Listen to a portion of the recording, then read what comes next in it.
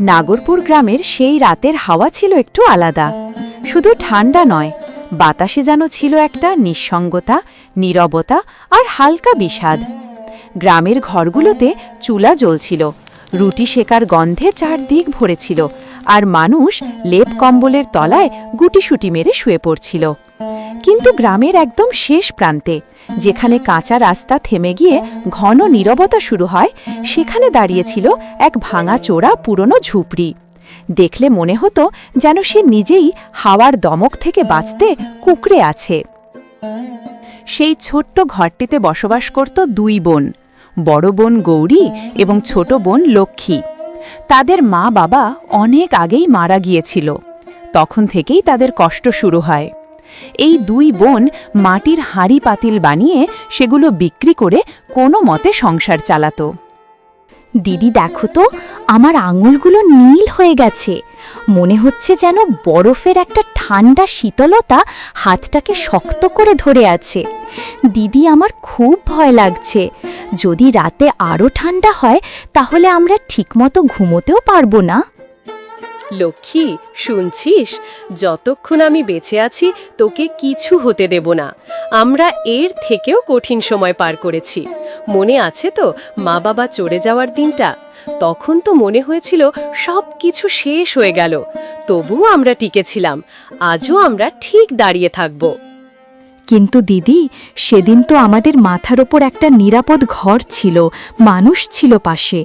এখন তো শুধু এই ভাঙা ঝুপড়ি, চার দিক দিয়ে হাওয়া ঢুকছে, মাটি বরফের মতো ঠান্ডা, আর এই এক কম্বল দুজনের জন্যেই ঠিকমতো হচ্ছে না। ঘর শুধু দেওয়াল দিয়ে হয় না, ঘর হয় সেই মানুষের মধ্যে, যার সঙ্গে বসে তুমি তোমার ভয় ভাগ করতে পারো।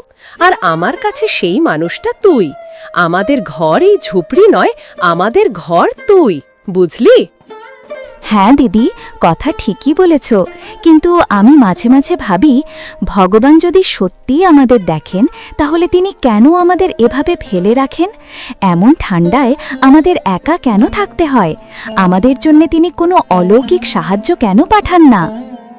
হয়তো ভগবান চান আমরা আরও শক্ত হতে শিখি। মাঝে মাঝে তিনি ইচ্ছে করে দুনিয়ার কঠিন দিকটা দেখান, যাতে বুঝতে পারি কে সত্যিকারের আপন আর কে শুধু সুযোগের অপেক্ষায় থাকে।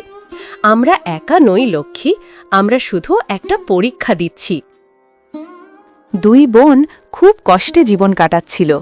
মা বাবা চলে যাওয়ার পরে তাদের জীবনে অনেক দুঃখ এসেছিল, আর এখন শীতের মৌসুম তাদের জন্য বড় চ্যালেঞ্জ হয়ে দাঁড়িয়েছে। কিন্তু গ্রামের লোকদের কাছ থেকে তারা কোনো সাহায্য বা সহানুভূতি পায়নি। পরের দিন সকালে যখন তারা মাটি কুড়াতে বের হয়, কিছু গ্রামবাসী তাদের দেখে হাসি বিদ্রুপ করতে থাকে। দেখো দেখো, আবার ওই অনাথ বোনগুলো যাচ্ছে। কাপড় ছেঁড়া, চুল এলোমেলো, চোখে কান্না, যেন পুরো গ্রামে একটা অমঙ্গলের ছায়া পড়ে গেছে। ওদের দেখলেই মনে হয় পুরো দিনটাই নষ্ট হয়ে যাবে। কত অমঙ্গল এই দুজন। ওদের থেকে দূরে থাকো, ওদের কপাল খারাপ। যার মা বাবাও বাঁচল না, তার ভাগ্য আবার অন্যকে কি দেবে? জানি না মুখুজ্জে মশাই ওদের গ্রামে রাখলেনই বা কেন। দুই বোন গ্রামবাসীদের কথা শুনে খুব কষ্ট পায়।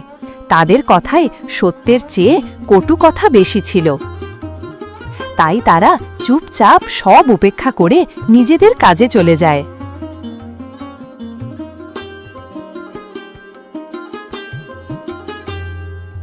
কিন্তু তাদের গ্রামে এমন একজন মানুষও ছিল, যার দুষ্টতা বিষাক্ত সাপের চেয়েও বেশি। ধনরাজ সওদাগর একদিন গৌরী ঋণ পরিশোধ করতে যায়। আচ্ছা, শেষ পর্যন্ত এসেই পড়েছ। ভেবেছিলাম তোমরা দুই বোনই উধাও হয়ে গেছো। বলো, এখন কি চাই? ধনরাজজি, গত মাসের ঋণ পরিশোধের কথা ছিল, কিন্তু আমরা পুরো টাকা জোগাড় করতে পারিনি। আর একটু সময় দিন। আমরা একটা ভালো জায়গা খুঁজছি, যেখানে আমাদের হাড়ের বাসনগুলো ভালো দামে বিক্রি করতে পারবো।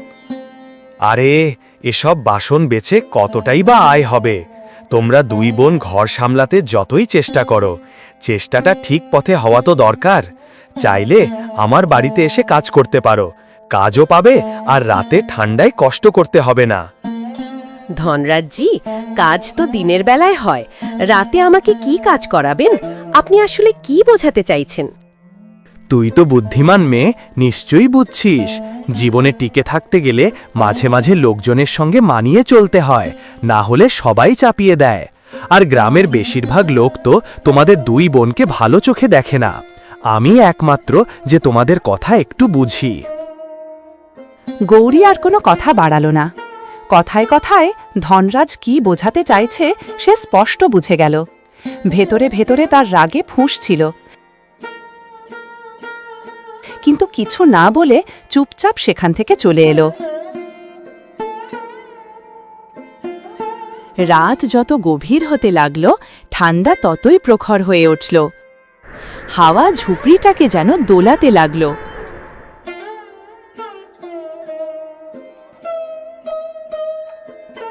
আর ঠিক এই সময়েই দরজায় কড়া নড়ার শব্দ শোনা গেল।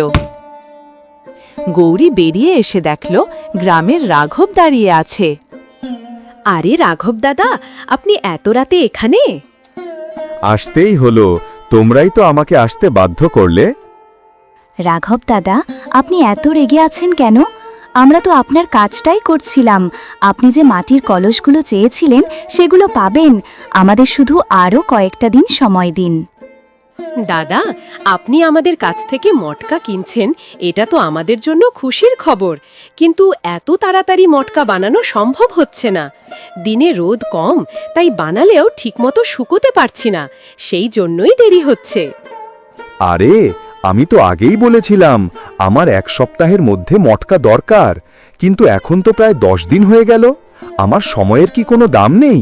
আমার মালিকও 1 সপ্তাহের মধ্যে জিনিস চাইছিলেন, আর তোমাদের দেরির জন্য এখন আমাকে অনেক কথা শুনতে হচ্ছে।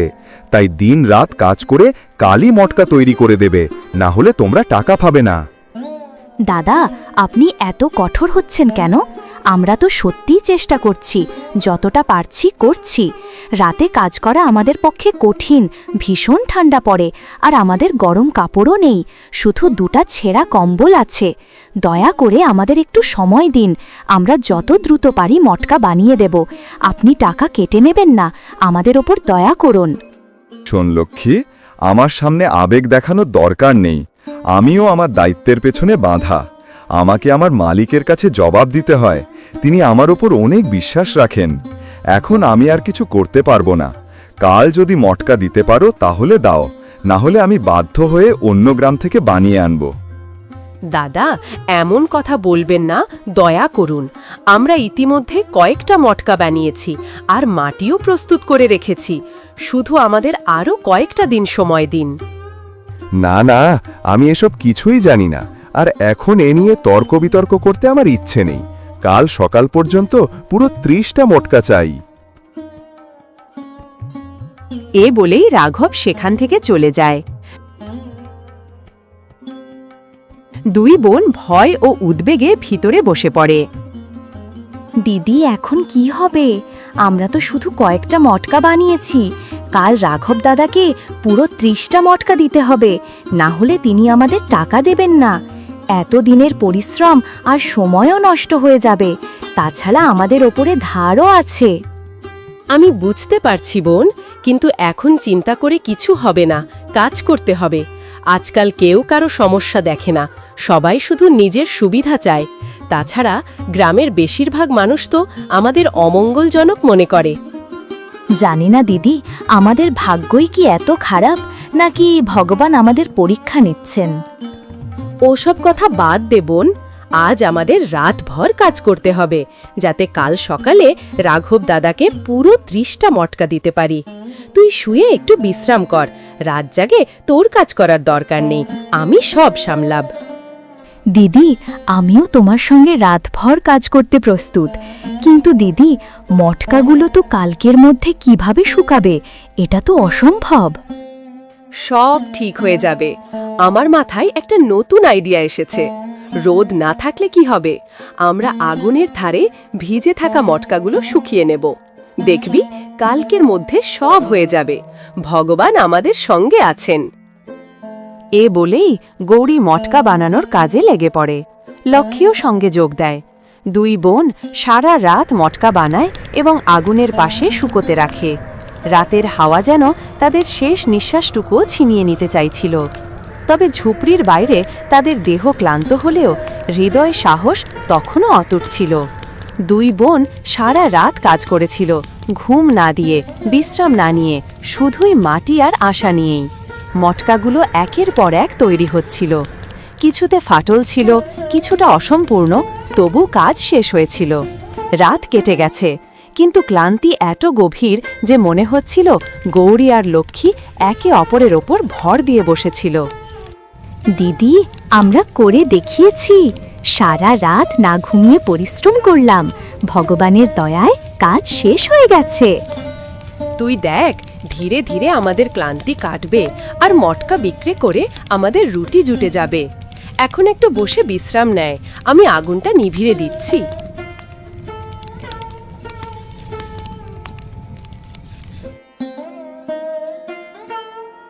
দিদি, আমার হাত অনেক ক্লান্ত লাগছে, বুকটাও যেন ভারী হয়ে আছে, কিন্তু তোমার জিদ আর বুদ্ধির কারণে আমরা মটকা তৈরি করতে পেরেছি। এখন শুধু রাঘব দাদাকে মটকা দিয়ে টাকা নিতে হবে, দোকানের ধার পরিশোধ করতে হবে, আর যে টাকা বাঁচবে তা ঘরের খরচে ব্যবহার করতে পারবো। বোন, তুই ঠিকই বলেছিস, কিন্তু এটা আমি একা করতে পারতাম না। তুই যদি পাশে না থাকতিস। আর বোন, তোকে খুব ক্লান্ত দেখাচ্ছে, আগে একটু বিশ্রাম নে, আমি তাড়াতাড়ি ফিরে আসছি। লক্ষ্মী তার দিদির কথা মতো চারপাইয়ে শুয়ে পড়ল এবং চোখ বন্ধ করল, কিন্তু ঘুম আসলো না। তার মুখ বিবর্ণ হয়ে গেছে, যেন রঙই চলে গেছে।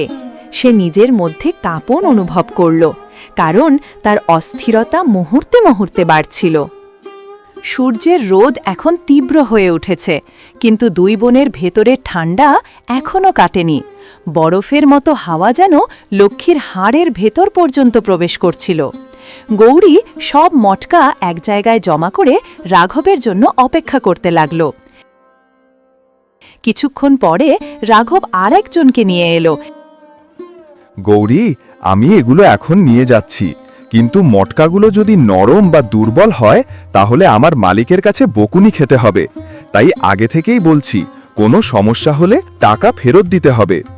আর হ্যাঁ, গ্রামের লোকেরা বলছে এবারের শীত খুব কড়াকড়ি হবে, তাই আমার কথা শোন, এখন থেকেই পরিশ্রম করে যত বেশি সম্ভব মটকা বানিয়ে রাখ, যাতে শীতে বেশি কষ্ট করতে না হয়।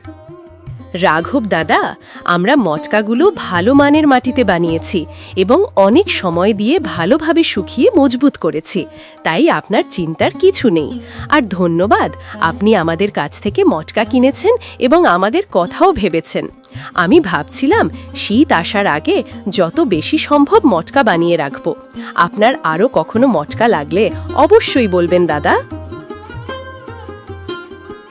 রাঘব গৌরীর কথা শুনে সব মটকা নিয়ে চলে গেল। গৌরী ঘরে ঢুকল এবং দেখল লক্ষ্মীর শ্বাস প্রশ্বাস এখন বেড়েই চলেছে। বোন, তোর অবস্থা তো আরও খারাপ হয়ে যাচ্ছে। কাল রাতে ঠান্ডায় জ্বর হয়েছে। আমরা তো সারা রাত খোলা আকাশের নিচে ছিলাম, সম্ভবত তাই এমন হয়েছে। আমি গিয়ে বৈদ্যজি থেকে তোর জন্য এক্ষুনি ওষুধ নিয়ে আসছি। দিদি, আমি ঠিক আছি, আমার ওষুধের দরকার নেই, আর অকারণে টাকা খরচ করার কোনো দরকার নেই। আমি 1 বা 2 দিনের মধ্যে ঠিক হয়ে যাব। গৌরীর মন মানতে চাইছিল না, কিন্তু দারিদ্র্যের কারণে সে লক্ষ্মীর কথা মেনে নিল এবং ওষুধে কোনো টাকা খরচ করল না।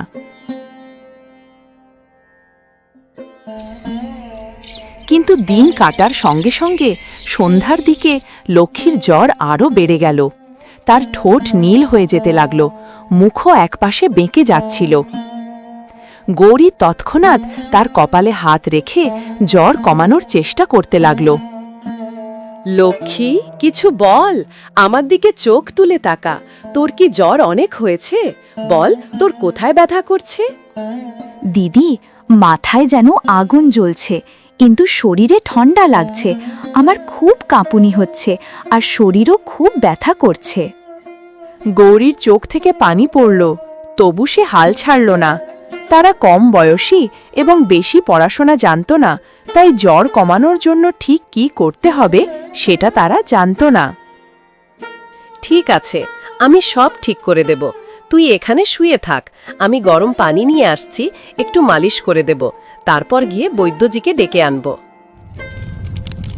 গৌরী কাঠ জ্বালিয়ে পানি গরম করল এবং তা দিয়ে লক্ষ্মীর মালিশ করল। কিন্তু গরম পানি দিয়েও লক্ষ্মীর কাঁপুনি কমল না। তার শরীর কাঁপছিল আর প্রতি শ্বাসে কষ্ট হচ্ছিল। লক্ষ্মী, তুই আমার বোন, আমি তোকে কোনোভাবেই কষ্ট পেতে দেব না।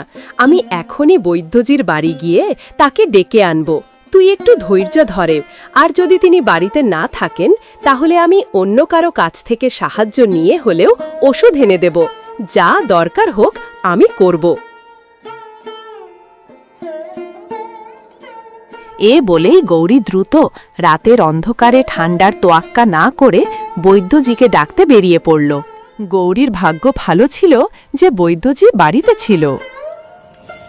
গৌরী যখন বৈদ্যজিকে নিয়ে বাড়ি ফিরছে তখন দোকানে দুজন যুবক বসেছিল। তারা গৌরী এবং বৈদ্যজিকে দেখে বলে ওঠে, ওহো, দেখ আমাদের গ্রামে কি কাণ্ড চলছে। লোকে এখন সংসার চালাতে বাপের বয়সী মানুষের সঙ্গ নিচ্ছে নাকি? ঠিক বলেছিস, আমাদের কাছে টাকা নেই বলে আমাদেরকে কেউ ঢেকে নিয়ে যায় না। তোমাদের কি একবারও লজ্জা হয় না? মানুষের অসহায়তা বোঝো না, উল্টে মিথ্যে অপবাদ দাও। আমার জায়গায় যদি তোমাদের নিজের বোন থাকতো, সেও এমন পরিস্থিতিতে পড়লে কি তোমরা তাকে এভাবে কথা বলতে? আমার মনে হয় তোমাদের পারিবারিক শিক্ষার অভাব। পরের দুঃখ কষ্ট না বুঝে বরং তাদের নিয়ে মজা করতে তোমাদের লজ্জা লাগে না? দুই যুবক লজ্জায় মাথা হেঁট করে কোনো উত্তর দিতে পারে না। তারা পথ ছেড়ে দেয়। গৌরী রাগে বৈদ্যজিকে নিয়ে আবার বাড়ির দিকে হাঁটতে শুরু করে। লক্ষ্মী জ্বরে অস্থির অবস্থায় শুয়ে আছে। বৈদ্য তার পরীক্ষা করছে। গৌরী চিন্তিত হয়ে পাশে দাঁড়িয়ে আছে। মা, গৌরী, এখন আর চিন্তা করিস না, ওষুধ কাজ করবে। তোর বোন শীঘ্রই সুস্থ হয়ে উঠবে। শুধু তাকে ঠান্ডা লাগতে দিবি না, কয়েকদিন শুধু গরম পানি আর হালকা খাবার। আপনাকে অনেক অনেক ধন্যবাদ বৈদ্যজি। আজ আপনি না থাকলে কি যে হতো। বলুন, আপনাকে কত টাকা দেব? আরে না মেয়ে, আমি তোমার কাছ থেকে টাকা নেব না। আমাকে পাপের ভাগী করো না। তোমরা দুজন যেমন কষ্ট করে নিজের সংসার চালাচ্ছ, তাতে আমার টাকা নেওয়ার কোনো দরকার নেই। তোমরা গ্রামের মেয়ে, আমার চোখে তোমরাই আমার মেয়ের মতো। আজ তোমার সাহস দেখে সত্যিই খুব ভালো লাগলো। তুমি যেভাবে ওই বখাটেদের শায়েস্তা করেছ, ওরা ঠিক সেটাই পাওয়ার যোগ্য ছিল। তুমি খুব সাহসী মেয়ে। এভাবেই নিজের এবং তোমার বোনের পাশে দাঁড়িয়ে থেকো।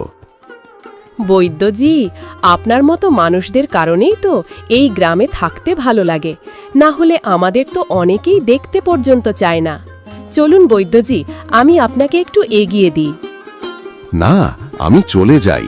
তুই শুধু নিজের বোনের যত্ন নে, আর হ্যাঁ, তার যেন ঠান্ডা না লাগে এটা খেয়াল রাখিস। বৈদ্য সেখান থেকে চলে যান এবং গৌরী লক্ষ্মীকে নিজের কম্বল জড়িয়ে দেয় এবং রান্নাঘরে খাবার বানাতে যায়।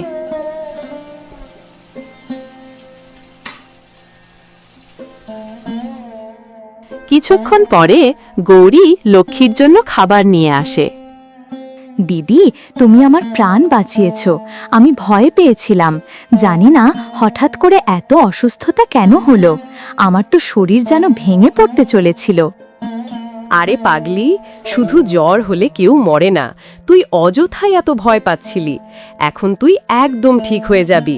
শুধু একটু শান্ত হয়ে থাক আর এই খাবারগুলো খেয়ে নে। ঠিক আছে দিদি, কিন্তু বলো ওষুধে কত টাকা গেল? আর ধনরাজের দোকানের ধার শোধ দেওয়ার মতো কত টাকা বাকি আছে? তুই এসব চিন্তা করিস না। বৈদ্যজি টাকা নেননি। আর এখন থেকে আমি ভেবেছি তুই ঠান্ডায় বেশি কাজ করবি না।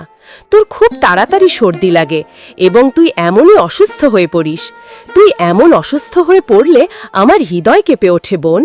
আমাদের কাছে বেশি ঠান্ডার কাপড়ও নেই, একটি লেপও নেই যা গায়ে দিয়ে আমরা কাজ করতে পারি। তাই তুই চুলার সামনে বা কম্বল জড়িয়েই থাকবি। না দিদি, আমি এভাবে আরাম করে বসে থাকব আর তোমাকে দিন-রাত কাজ করবে তা হবে না। আমারও এই ঘরের প্রতি দায়িত্ব আছে। আমার সর্দি লাগলেও আমি তোমার সঙ্গে থাকব। আচ্ছা ঠিক আছে বোন, তুই চাইলে সবাইকে হারাতে পারবি, তবে একটু খেয়াল রাখিস ঠান্ডা যেন বেশি না লাগে, না হলে আবার তোর শরীর খারাপ হয়ে যেতে পারে।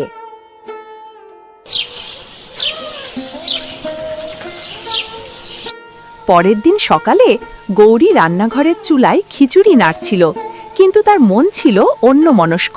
সে তার বোনের জন্য এখনো চিন্তিত ছিল। কিন্তু কিছুক্ষণ পরেই ঠক ঠক করে দরজায় কড়া নড়ল। দরজা খুলল। দরজায় রাঘব দাঁড়িয়ে, আর তার পিছনে সাধারণ কিন্তু পরিপাটি পোশাক পরা এক বয়স্ক মানুষ। তার চোখে মুখে মানুষের প্রতি মমতা স্পষ্ট ছিল। গৌরী, আমি ওনাকে নিয়ে এসেছি। এই আমার মালিক ঠাকুর হরিদাস চৌধুরী। তুমি যে মাটির মটকাগুলো দিয়েছিলে সেগুলো উনি খুব পছন্দ করেছেন।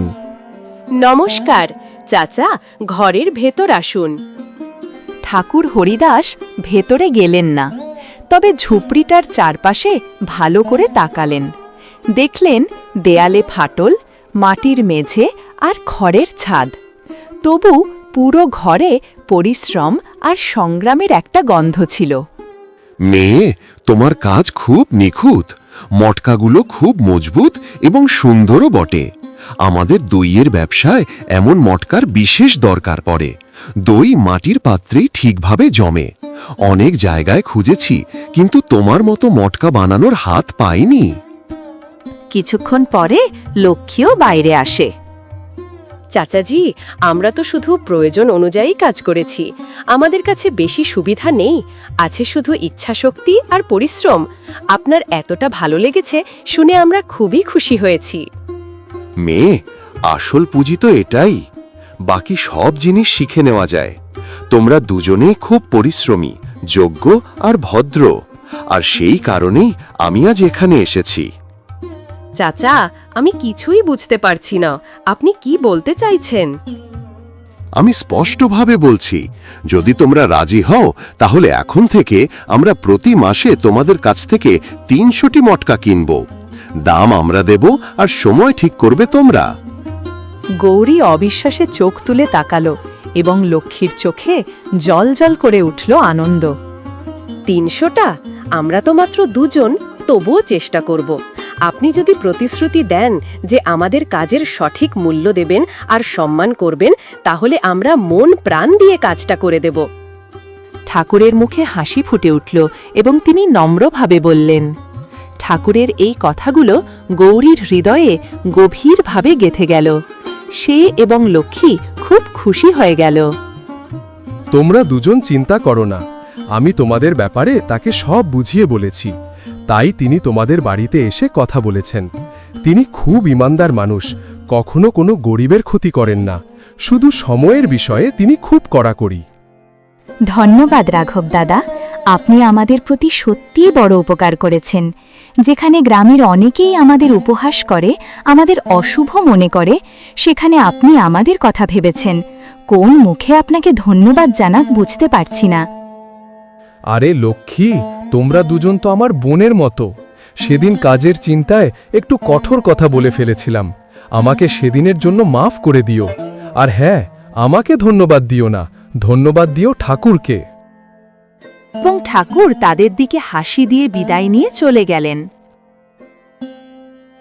গৌরী, তোমরা এখন আর একা নও। গ্রাম এখন তোমাদের নতুন চোখে দেখবে। যখন সবাই জানতে পারবে যে তোমরা ঠাকুরজির এখানে কাজ করো, তখন দেখবে সবাই কিভাবে তোমাদের দুজনের সঙ্গে ভালোবেসে কথা বলে।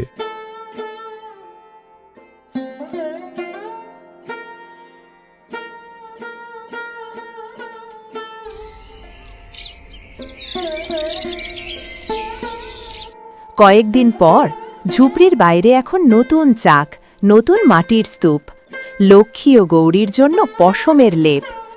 গ্রামে খবর ছড়িয়ে পড়ল, গৌরী এবং লক্ষ্মীর এখন ঠাকুরের কাজ জুটে গেছে আর দুজনের দারিদ্র্যের দিন শেষ হয়ে গেছে।